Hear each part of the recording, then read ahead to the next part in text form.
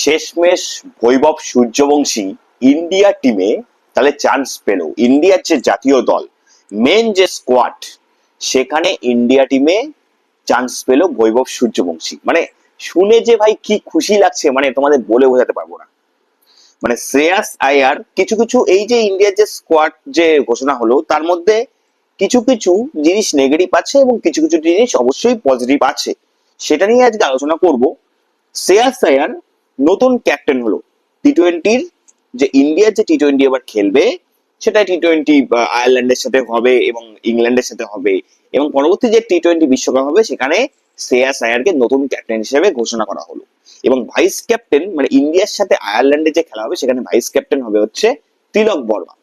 আমরা যদি তৎক্ষণাৎ ভাবে যদি আমরা একবার স্কোয়াডটা দেখে নিই, স্কোয়াডটা কি প্রথমে রয়েছে অভিষেক শর্মা, তারপরে রয়েছে সঞ্জু স্যামসন, তারপরে রয়েছে শ্রেয়াস আয়ার, তিলক বর্মা, এবং সব থেকে যেটা গুরুত্বপূর্ণ তারপরে রয়েছে বৈভব সূর্যবংশী, তারপরে রয়েছে শিবম দুবে, তারপরে রয়েছে বরুণ চক্রবর্তী, অক্ষর প্যাটেল, প্রিন্স যাদব, আশদীপ সিং, ওয়াশিংটন সুন্দর, মোহাম্মদ সিরাজ, হার্ষিত রানা, ঈশান কিষান, নীতিশ কুমার রেড্ডি এবং রবি বিষ্ণয়, এরা কিন্তু রয়েছে। এবার এটা হচ্ছে আয়ারল্যান্ডের যে টি-20 সিরিজ আছে সেখানে কিন্তু এরাই খেলবে। এই হচ্ছে স্কোয়াড। এবং ওপেনিং করতে নামবে হয় সঞ্জু স্যামসন বা আহ, বৈভব সূর্যবংশী, বা হতে পারে বৈভব সূর্যবংশী এবং অভিষেক শর্মা। ঠিক আছে, এরা ওপেনিং করতে নামবে। এবার দুটো যেহেতু উইকেট কিপার রয়েছে, একটা ঈশান কিষানও রয়েছে আবার সঞ্জু স্যামসনও রয়েছে। তো আমার মনে হয় যদি সঞ্জু স্যামসন একটু খারাপ খেলে, আমার মনে হয় সঞ্জু স্যামসনকে ড্রপ করে ঈশান কিষানকে নিতে পারে, বা ঈশান কিষান খারাপ খেললে ঈশান কিষানকে ড্রপ করে সঞ্জু স্যামসনকে নিতে পারে। দেখুন, দুটো উইকেট কিপার একসাথে খেলাবে না, কারণ অভিষেক শর্মা তো ব্যাট করবেই, অভিষেক শর্মা ওপেনিং করবে, অভিষেক শর্মাকে তো 2 নাম্বার বা 3 নাম্বারে নামাতে পারবে না। এবার যদি অভিষেক শর্মা খারাপ খেলে তাহলে অভিষেক শর্মাকে ড্রপ করে বৈভব সূর্যবংশীর সাথে সঞ্জু স্যামসন নামবে। তো এরকম একটা কম্বিনেশন কিন্তু হয়ে খেলবে আয়ারল্যান্ডের সাথে। এবং ইংল্যান্ডের সাথেও এই সেম টিম আছে, ইংল্যান্ডের সাথে যখন টি-20 হবে সেই সেম টিম ঘোষণা করে দিয়েছে। কিন্তু এইখানে সব থেকে প্লাস পয়েন্ট হচ্ছে যে শ্রেয়াস আয়ার অনেকদিন ধরেই ভালো ফর্মে ছিল, ভালো আইপিএল দলকেও ভালো এগিয়ে নিয়ে গিয়েছে, অনেক খেটেছে, এবং তার সে যোগ্য ক্যাপ্টেন হওয়ার জন্য, সে অবশ্যই যোগ্য এবং সে ক্যাপ্টেন হয়েছে। কিন্তু নেগেটিভ পয়েন্ট হচ্ছে তিলক বর্মা ভাইস ক্যাপ্টেন কেন হলো। তিলক বর্মা জায়গায় তো সঞ্জু স্যামসন দিয়ে করা যেতে পারতো, কারণ সঞ্জু স্যামসন তো অনেকটা অভিজ্ঞ প্লেয়ার, তিলক বর্মার তো তোমার এখনো ইয়ং রয়েছে, তাই না? সেটা হচ্ছে সব নেগেটিভ দিক। নেগেটিভ দিক হচ্ছে তোমার হচ্ছে অক্ষর প্যাটেল, ওয়াশিংটন সুন্দর, বরুণ চক্রবর্তী এবং রবি বিষ্ণয়, 4টা স্পিনার নিয়েছে। এখানে ফার্স্ট বোলার নিয়েছে কজন? হার্ষিত রানা, এবং তোমার নিয়েছে হচ্ছে মোহাম্মদ সিরাজ এবং আশদীপ সিং, প্রিন্স যাদব। আমার মনে হয় যে 4টা স্পিনার নেওয়ার দরকার ছিল না। তার কারণ হচ্ছে এমনি মানে আয়ারল্যান্ডে বা সাউথ আমেরিকায় যখন টি-20 যখন ওয়ার্ল্ড কাপ হবে, তখন কিন্তু এই 4টে স্পিনারে কোনো কাজ করবে না, ওখানে কিন্তু ফাস্ট বোলিং এ বেশি কাজ করবে। তাই জন্য হয়তো এই 4টা স্পিনারের নেওয়ার দরকার ছিল না, তারা স্পিনার কিছুটা কমাতে পারতো।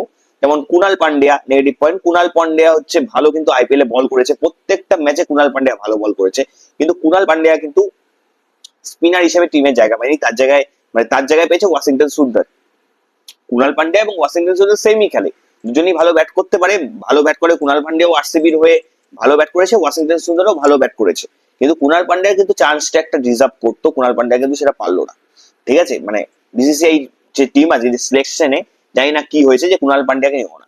এবং রজত পাটিদার অবশ্যই একটা চান্স, একটা ডিজার্ভ করতো ইন্ডিয়া টিমে একটা জায়গা, কারণ রজত পাটিদার দুবার আরসিবি টিমকে জিতিয়েছে, এবং তার ব্যাটিং যে ফর্ম সেটা অবশ্যই ভালো হয়েছে। কোয়ালিফায়ার, আমরা কোয়ালিফায়ার ম্যাচে দেখলাম কেমন করে রজত পাটিদার 33 বলে তোমার 93 না কত রান করলো, কত সুন্দর যে খেলা, এবং স্পিনের বিরুদ্ধে ভালো খেলতে পারে। তো রজত পাটিদারও কিন্তু একটা মানে চান্স ছিল। আর সব থেকে অবাক কাণ্ড যে রিঙ্কু সিং এখানে নেই, রিঙ্কু সিং কিন্তু স্কোয়াডেই নেই, না আয়ারল্যান্ডের সাথে স্কোয়াডে আছে না ইংল্যান্ডের সাথে। রিঙ্কু সিং প্রথম দিকে যখন এবারে আইপিএল এ প্রথম দিকে হয়তো কলকাতার হয়ে ভালো খেলতে পারেনি, কিন্তু সেকেন্ডের দিকে রিঙ্কু সিং কিন্তু ভালো ব্যাট করেছে, কিন্তু সেই রিঙ্কু সিং কিন্তু এখানে কিন্তু টিমে তার চান্স হলো না। বুঝতে পারলাম না কেন, কারণ রিঙ্কু সিং কে কিন্তু অবশ্যই একটা লোয়ার অর্ডার ব্যাটসম্যান হিসেবে রিঙ্কু সিং কিন্তু অবশ্যই একটা হার্ড হিটার প্লেয়ার ছিল, এবং ম্যাচ জেতানোর মতো একটা প্লেয়ার ছিল। সেই রিঙ্কু সিং নেই। রিঙ্কু সিং এর বদলে আমি জানি না যে লোয়ার অর্ডারে কে নামবে, যেখানে এখানে দেখতে পাচ্ছি লোয়ার অর্ডারে কিন্তু কেউই তেমন নেই। লোয়ার অর্ডারে ওয়াশিংটন সুন্দর রয়েছে, অক্ষর প্যাটেল রয়েছে, এরাই কিন্তু লোয়ার অর্ডারে রয়েছে। লোয়ার অর্ডারে যে একটা ভালো হার্ড হিটার ব্যাটসম্যান সেটা কিন্তু নেই। হার্দিক পান্ডিয়া তো এখানে নেই, তাই এই জন্য হার্দিক পান্ডিয়ার কথা বলতে পারছি না। ঠিক আছে, নীতিশ কুমার রেড্ডি, আমি বলতে পারবো না যে নীতিশ কুমার রেড্ডি ভালো hard hitter batsman Rinku Singh এর মতো, সেরকম কিন্তু অবশ্যই না। ঠিক আছে, তো এগুলো হচ্ছে কিছু নেগেটিভ পয়েন্ট। কিন্তু পজিটিভ পয়েন্ট এটাই যে শ্রেয়াস আয়ার ক্যাপ্টেন্সি পেয়েছে, সে ডিজার্ভ করে ক্যাপ্টেন্সি। এবং নেগেটিভ পয়েন্ট আরেকটা আছে, সেটা হচ্ছে সূর্যকুমার যাদব, যে 2024 T20 যে T20 ওয়ার্ল্ড কাপ যে হলো না, যেখানে Suryakumar Yadav T20 world cup জেতালো ভারতকে। এবং সূর্যকুমার যাদবের মানে একসময় সে T20 নাম্বার 1 ব্যাটসম্যান ছিল, কিন্তু তার ফর্ম খারাপ যাওয়ার জন্য তাকে মানে ক্যাপ্টেন্সি থেকে হাটিয়ে দিল। কিন্তু সূর্যকুমার যাদবের ক্যাপ্টেন্সি কিন্তু দারুণ। মানে সূর্যকুমার যাদবের এত ক্যাপ্টেন্সি ভালো যে সে এখনো পর্যন্ত কোনো সিরিজ সূর্যকুমার যাদব কিন্তু হারেনি, কোনো T20 সিরিজ। দারুণ ক্যাপ্টেন্সি, সে তাকে কিন্তু কোনো অডিয়েন্স তাকে বলতে পারবে না যে সে খারাপ ক্যাপ্টেন্সি করে। এবং আমার মনে হয় সূর্যকুমার যাদবকে আর একটা চান্স দেওয়া উচিত ছিল, তার কারণ একটা ব্যাটসম্যানের ফর্ম খারাপ হতেই পারে। বিরাট কোহলি এরকম অনেক হয়েছে, কিন্তু বিরাট কোহলিকে কিন্তু সিলেকশন টিমটা চান্স দিয়েছে, কিন্তু সূর্যকুমার যাদবকে সেই চান্সটা দিল না। সূর্যকুমার যাদবের কাছে তোমরা জানো অনেক রকম শট আছে, সেটা কিন্তু শ্রেয়াস আয়ারের কাছে নেই। দেখা যাক শ্রেয়াস আয়ার এই ক্যাপ্টেন্সির দায়িত্ব কেমন করে পালন করতে পারে, এটাই আমি দেখবো, এটাই আমি দেখতে চাই। অজিত আগ্রাকার বা সিলেকশন আরো টিম আছে, তারা এই টিম সিলেক্টেড করেছে, ঠিক আছে। কিন্তু এগুলো হচ্ছে নেগেটিভ পয়েন্ট। আর পজিটিভ পয়েন্ট তোমাদের বললামই যে শ্রেয়াস আয়ার ক্যাপ্টেন্সি ডিজার্ভ করতো, সে পেয়েছে। এবং বৈভব সূর্যবংশী যে T20 জাতীয় দলে যে চান্স পেয়েছে, এটা হচ্ছে পজিটিভ একটা দিক। তো বাকি তোমাদের কি মনে হয় যে ইন্ডিয়ার যে T20 স্কোয়াড যে ঘোষণা করলো, তোমাদের কি মনে হয় যে কে এখানে জায়গা ডিজার্ভ করতো বা কে করতো না? অবশ্যই কমেন্ট বক্সে কমেন্ট করে জানাও।